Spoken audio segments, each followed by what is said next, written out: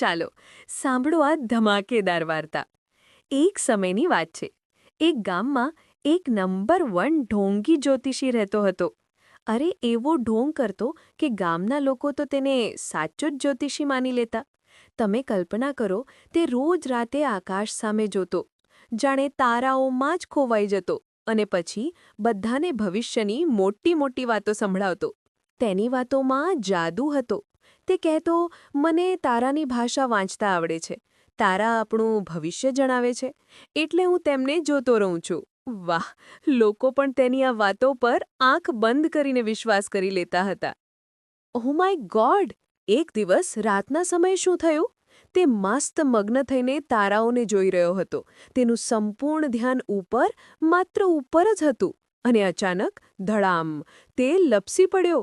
ત્યાં હતું ભયંકર કાદવ. કાદવમાં લપસ્યો અને સીધો એક મોટા ઊંડા ખાડામાં પહોંચી ગયો.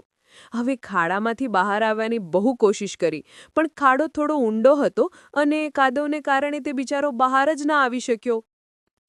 આટલી બધી કોશિશ પછી પણ જ્યારે તે બહાર ન નીકળી શક્યો, ત્યારે તેણે ગામના લોકોને મોટેથી અવાજ કર્યો.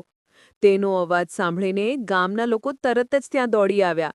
દોરડાની મદદથી તેમણે તેને બહાર કાઢ્યો. ફાઇનલી! ગામના લોકો તો તેની આદત જાણતા જ હતા કે તે તારા જોઈને જ ચાલતો હશે ત્યારે જ આ ખાડામાં પડ્યો છે. લોકો હસીને બોલ્યા, અરે ભાઈ, તમે અમને આખા ભવિષ્ય અંગે જણાવો છો, પણ તમે પોતે જ તમારું વર્તમાન જાણતા નથી. તમને એ પણ ખબર નથી કે તમારા પગ નીચે શું છે. અદ્ભુત! તેમણે જ્યોતિષીને પ્રેમથી સમજાવ્યું, ભવિષ્યમાં શું થશે તે વિચારવાનું છોડીને વર્તમાન ઉપર ધ્યાન આપો, ત્યારે જ જીવન સફળ થઈ શકશે. ખરું ને? બોધપાઠ.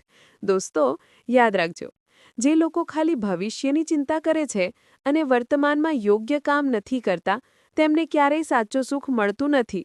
એટલે આજે, અત્યારે, વર્તમાનમાં યોગ્ય કામ કરશો તો તમારું ભવિષ્ય તો જાતે જ સુધરી જશે અને ચમકી ઉઠશે. શું વાત છે!